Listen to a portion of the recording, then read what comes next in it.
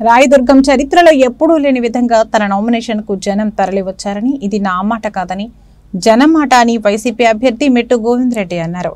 ఇవాళ వేలాదిగా తరలివచ్చిన జనం మధ్య ఆయన నామినేషన్ ఊరేగింపు జరిగింది. రాయదుర్గం వీధులన్నీ వైసీపీ జెండాలతో రెపరెపలాడాయి. పలు ఆలయాల్లో ప్రత్యేక పూజలు నిర్వహించి ఆయన నామినేషన్కు బయలుదేరారు. జై జగన్, జై మెట్టు గోవిందరెడ్డి అన్న నినాదాలతో రాయదుర్గం వీధులన్నీ మారుమ్రోగాయి.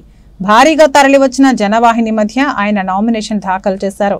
అనంతరం మీడియాతో మాట్లాడుతూ తన రాజకీయ జీవితంలో ఎప్పుడూ ఇలాంటి జనస్పందన చూడలేదన్నారు. ఖచ్చితంగా భారీ మెజార్టీతో గెలుస్తామన్న దానికి ఇది ఒక సంకేతమని అన్నారు.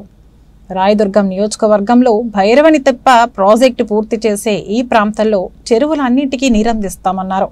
కానీ మాటలు చెప్పే మనిషిని కాదని చేతల్లోనే నేనేంటో చూస్తారని మెట్టు గోవిందరెడ్డి అన్నారు.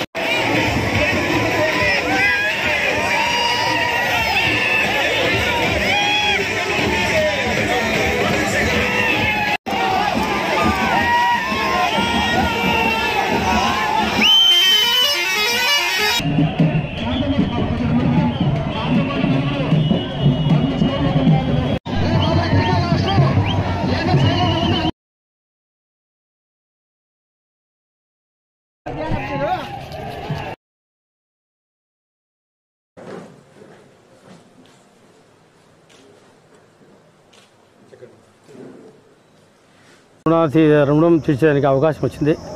మా జనసంద్రం చూస్తుంటే ఏమవుతుందంటే ఈ మా పక్కన ఉండే వాళ్ళు చెప్తారు ఏమంటే ఇంతవరకు రాయదుర్గం హిస్టరీలోనే ఇన్ని జనం చూడలేదు.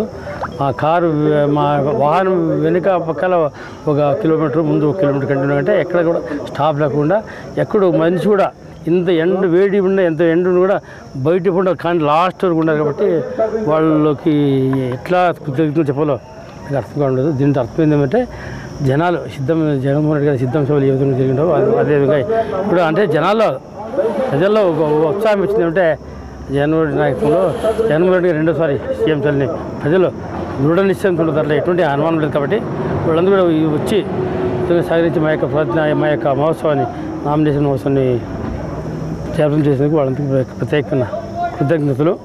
ఖచ్చితంగా భైరవాన్ దీప ప్రాజెక్టు 5 ఏళ్ల కాలంలో నీటిని అంతే జవాబుదారీ అది అంతే బై ఛాన్స్ అది కాకపోతే బీటీ ప్రాజెక్ట్ కంప్లీట్ కాకపోతే నీళ్ళు రాకపోతే నేను రాజకీయ సన్యాసం ఉండడంలో ఎటువంటి అనుమానం లేదు. ఎందుకంటే చాలా ముఖ్యం. మీరు దానికి గుమ్మగట్ట మండలానికి గుమ్మగట్ట చాలా ముఖ్యమైన ప్రాజెక్ట్ కాబట్టి దాంతోపాటు ఎక్స్ట్రా చెరువులు 40-50 చెరువులు నింపేదానికి అవకాశం ఉంది. వాటిని కూడా నింపేదానికి ప్రయత్నం చేస్తాను. ఖచ్చితంగా మాటలు చెప్పడం కాకుండా చేతులతో చూడాలి కాబట్టి నా ఉద్దేశం. ఖచ్చితంగా రాయదుర్గంని నేను 1 year లోపలే ఎట్లా చేయొచ్చు అనేది ఒక ఎగ్జాంపుల్ మోడల్గా రాయదుర్గాన్ని తీర్చిదిద్దడానికి నా సాయశక్తిలో ప్రయత్నం చేస్తాను.